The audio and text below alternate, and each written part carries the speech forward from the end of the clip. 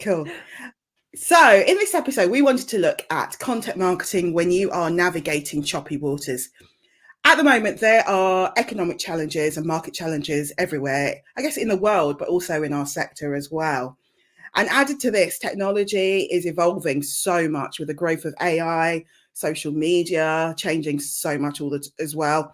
And I guess everything is kind of ever evolving. So it's actually quite hard to keep up with what you should and shouldn't be doing. And, there are plenty of headwinds and a lot of things for us all to consider.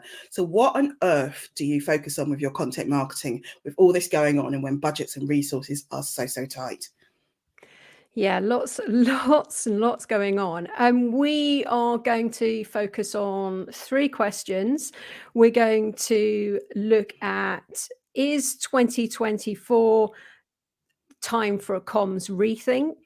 We're going to look at how you keep your prospects warm in a tough market and how to get the best value from your comms and demonstrate that value. And we're going to talk for about 20 to 30 minutes. But we also want to hear from you. If you are watching live or watching on the replay, pop a comment in if you've got some thoughts on what we're talking about, or if you've got a question, pop that in the comments and we will answer them towards the end.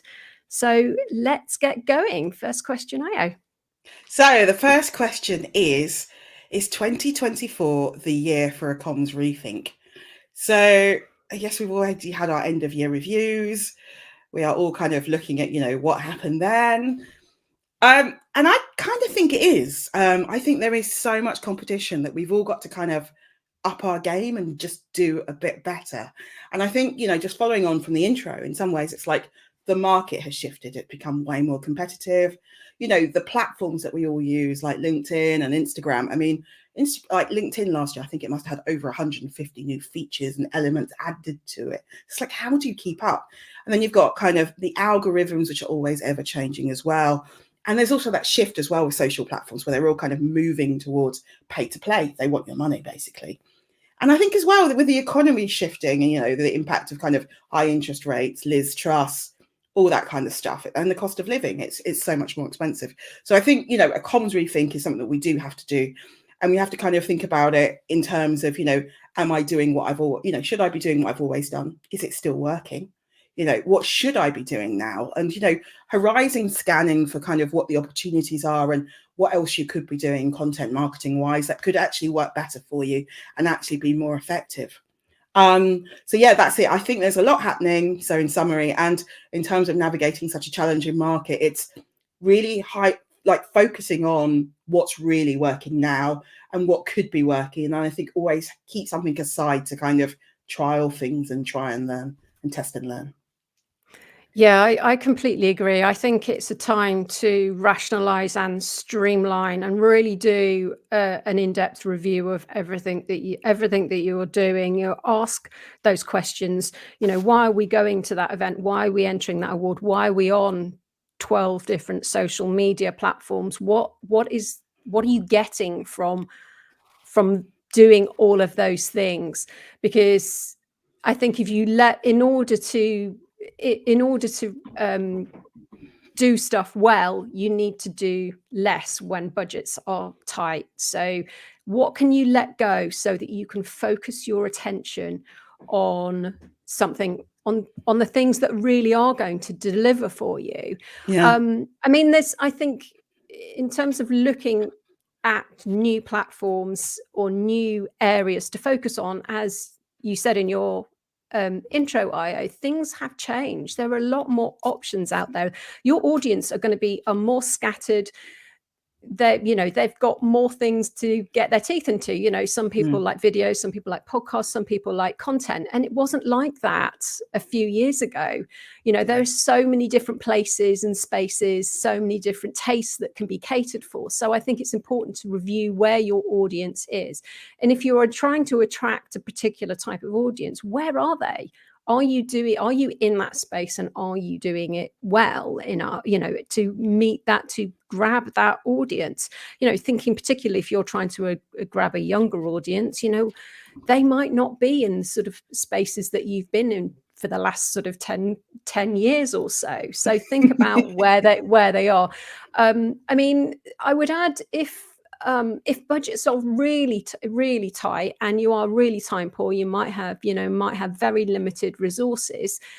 One thing you can do is review everything that you've already got. Do like a stock check of all the content that you've got, and have a look at what you can easily repurpose, update, and how you can use that and push that out onto channels. If that is, if it's a kind of like a lower cost option, because most businesses will have a whole ton of content that they've made, and some of it will be evergreen, some of it will be reusable, so it's worth doing a bit of a stock take. Yeah, no, I think that stock take is such a good idea, because, and quite often we get so busy creating new that we're not actually making the most of the existing, and it doesn't ever get the airtime that it should actually get. So I think, especially in challenging times, I think that's definitely one where you could sit there and go, we could actually reuse this, create some new social graphics and stuff, and off you go, and it's like a new piece of content. It wouldn't take a lot of work. Yeah, and then there may be stuff that there may be stuff that you've used in a particular format that there are now outlets. Like, for example, could you take reports or articles and turn them into a slide deck that you can upload onto LinkedIn? It's the same content but in a different format. There's lots of different things that you can do with existing content. There's so many different ways of presenting information now that weren't necessarily available or easily available, and that all that is there at your fingertips now, particularly using platforms like LinkedIn. Shall we move on? Oh, hello, Alison. We have a comment. Hi, Alison. Thank you for commenting. It's nice like this in my there. Yes, it's nice to know. It's nice to know. Oh, you've put a question. We'll come back to your question in a moment. Our second question is: only 5% of the market is in a position to buy at any one time. So how do you keep the 95% of your prospects warm in a tough market? Do you want to kick off with that, or shall I? I don't mind kicking off. I mean, we had a long conversation about this earlier in the week, didn't we, Io? We put the world to rights, and there's lots of different elements here.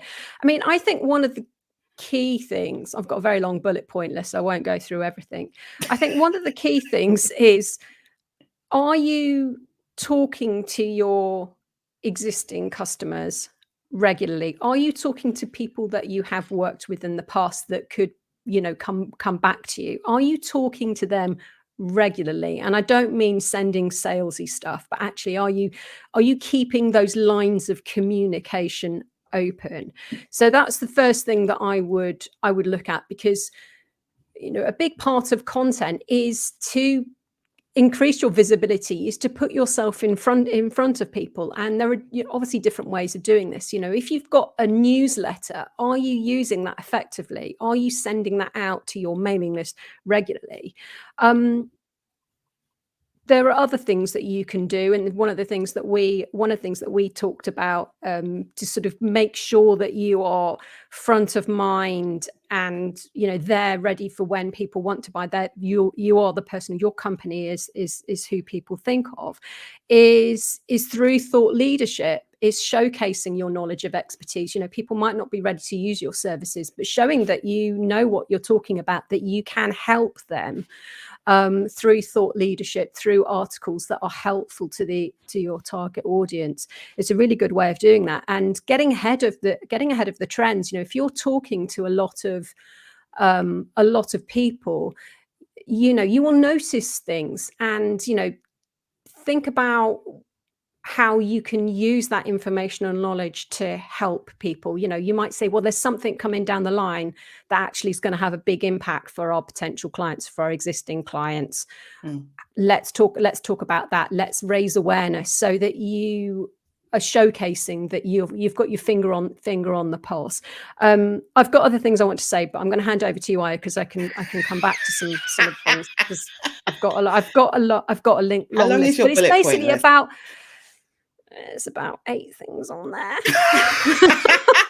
So this is now But a 4-hour I suppose live. the key point is don't, yes, part of it is you want to increase your network, but it's about how well are you keeping up that relationship with your existing network, with your existing clients and past clients.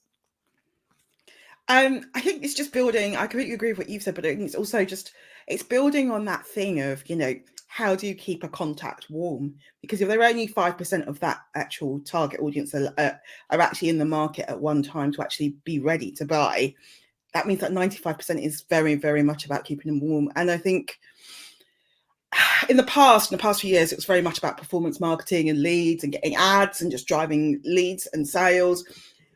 But it's like ads have become more expensive. Privacy concerns, all of that kind of stuff means that they're just not as effective as they once were, and they're costing more.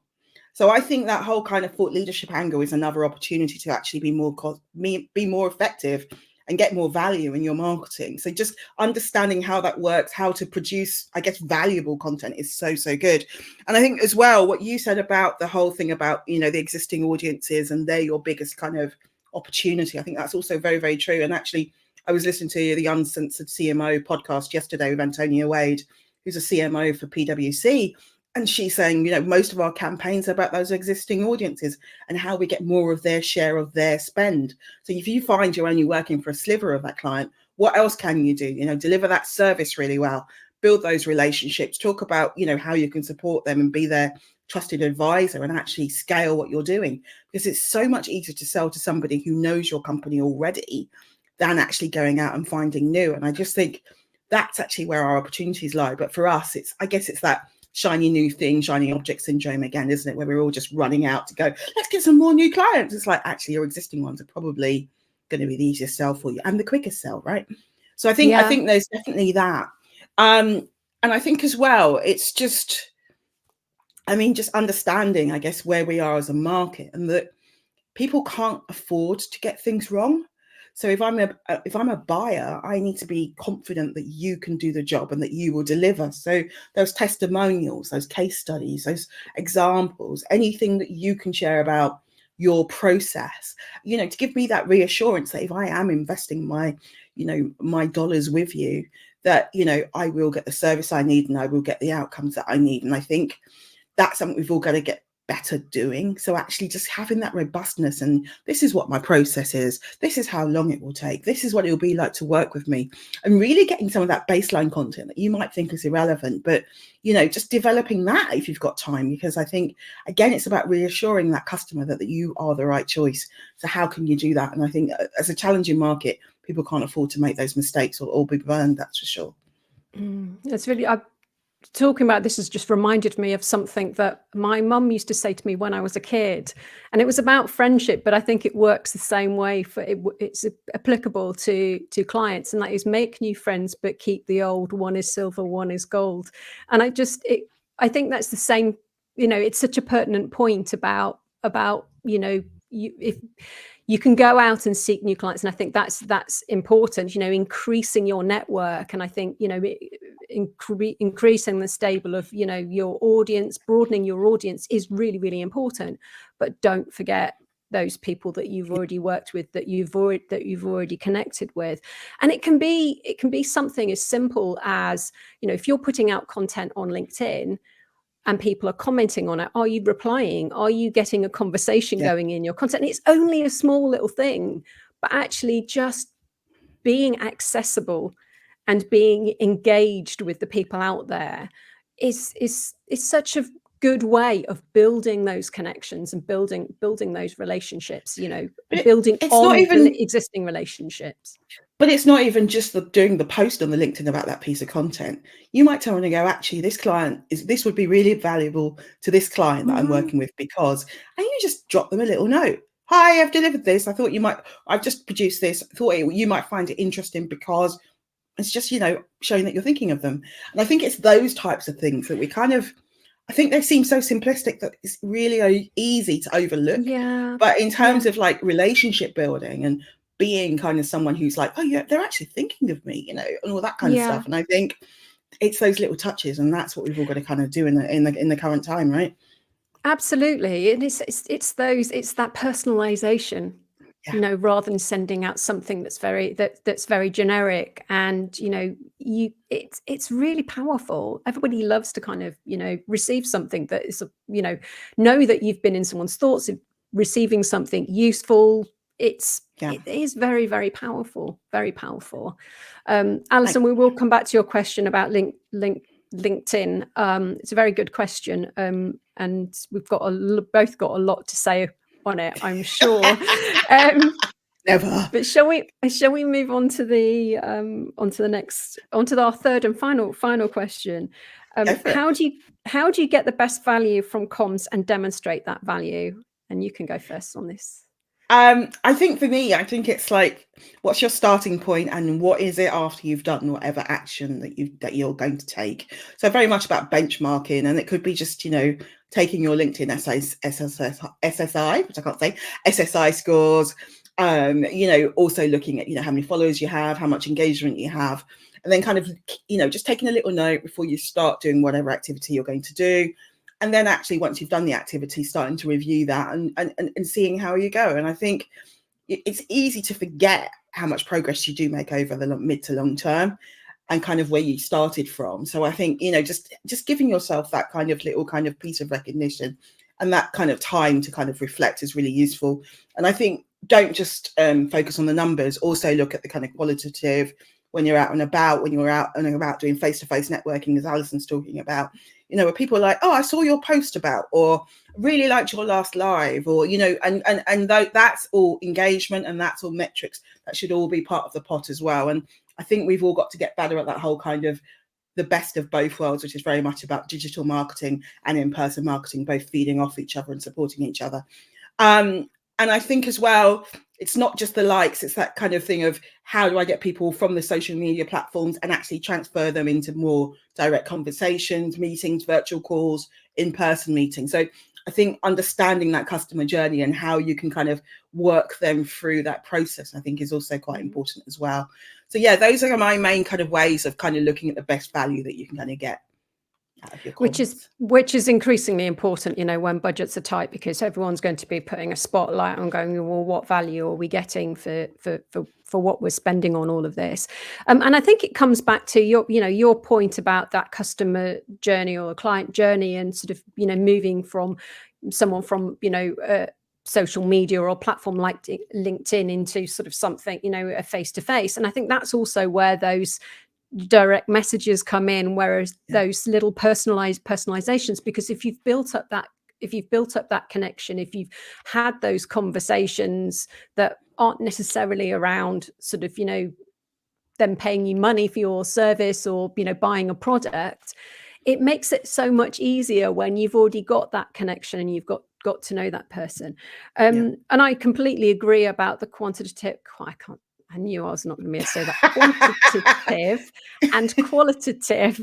And that's the only time I'm going to say those two words. I think it's such an important thing. Regardless of whether you're a big company or a small, I make a note of certain stats at the beginning of the year, LinkedIn stats, subscribers, that sort of, to my newsletter, or those kind of things. And so I can track them, so I can make sure things are working. But there's a lot more detailed metrics that you can get, particularly for on LinkedIn. You can actually, I know this is something that you mentioned when we were chatting earlier in the week, Io. You can see who is looking at your profile. You can see who is watching your live video. There are all these metrics, so you can check that the right people, you are targeting the right people. So there are layers of data that you can get from that. And it's not just about the vanity metrics. I mean, obviously, yes, you want to broaden your reach, and that is important, but it's how that translates further down the line. Is that translating into conversations in the comments? Are those comments and conversation online moving into direct messages? Are those direct messages moving into face-to-face meetings? So yeah, I completely agree with all of those. Brilliant. Should we? And if anyone else? Sorry, go go for on. it. I'm just going to say, You first. I was just going to say, should we move on to the questions, which is what you were going to say. If anyone else has any questions who's watching, as we keep tripping over each other, please feel free to put them in the comments and we will answer them. And let's kick off with Alison's question. Do you want to read it? Sure, yeah. We are only one. I mean, I'm assuming you mean one platform, LinkedIn, and still find face-to-face networking works better. What really works on LinkedIn? Stories, infographics, videos, blogs, and how do I repurpose? Or where do we start? We are going to actually, our next episode, spoiler alert, we're going to do something on, we're going to do something specifically on LinkedIn. LinkedIn has got so many different things that you can do. I could talk for hours on it, but I won't. I think the key is to find out what works with your audience, but don't just focus on one thing. So don't just do text posts, do some picture posts. Don't just do, text posts and picture posts, maybe do a video, maybe do a carousel, or a slider. I never know what to call it. It's where you upload a PDF and people can kind of scroll, people just talk can kind of like scroll through it. All of these things are different ways, and actually you can repurpose. Say if you've got blog or articles or reports, or you're producing content elsewhere off LinkedIn, you can repurpose that into a longer article can make 3 short LinkedIn posts, or you can take the key points from an article and turn that into a slider or a carousel, whatever you want to call it. I think the key thing is to not treat LinkedIn like it's a broadcast, but treat it, whatever you post, as a conversation starter. Encourage people to engage with what you're posting about and get conversations going, because that's where the value is. Not only because from a pure simple technical point of view, your post will get a lot more reach if it's got comments and engagement. Basically, if it's got no comments or not many likes, it won't get that much reach.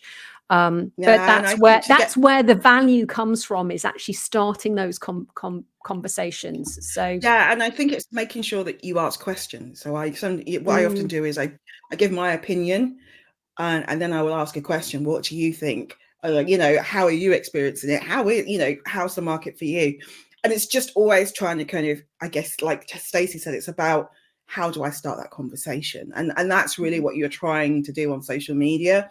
And I think as well, thinking about, the time you're posting is at a time when your target audience are actually online. So for me and you, we kind of post like beginning of the day or lunchtime, because actually that's most likely when people are checking their LinkedIns, and that's when they're most likely to engage. So it's just thinking through those things. But I like doing a mix of stuff, because I'd get bored if I just did one thing. And sometimes if I've seen a good podcast or I've read something, I might just share a link to that with just a simple line about why I found it interesting. So I think try the mix and then see what's working for you and what you enjoy doing and what people engage with you. I've had a lot of success, like I said, especially with polls. I do polls quite well, and polls are quite an interesting one, because I generally do that if I've got a question myself, or if something I've seen kind of makes me question, and I will do a simple poll on it, and that does tend to work for me. And I think it's just trying different ways to kind of stoke that conversation and seeing what works. And in terms of repurposing, I do have a database of like every post I've done for coming up to 4 years, which is really useful because it's categorized. So I can search for keywords, which is a good starter for 10. But in terms of ideas and things, I'm constantly, I have an area where I save articles that are of interest or podcasts that are of interest and things that I can share. So I kind of capture stuff as I'm going. And I also use, and that's kind of how I end up creating content, really, and repurposing, if that's what I'm doing, is looking back at what I've already got. So, yeah. And I just wanted to come back to what you were saying about, post when your audience is around, which is, yes, and you can learn, you can tell when people are around by how quickly people engage. But I would the caveat to that is I would say don't get hung up on it. If you've got time to do a post, 7 o'clock in the evening, just do it. And I try and switch up. I mean, I have sort of 3 key times when I generally post, and I try and switch it up.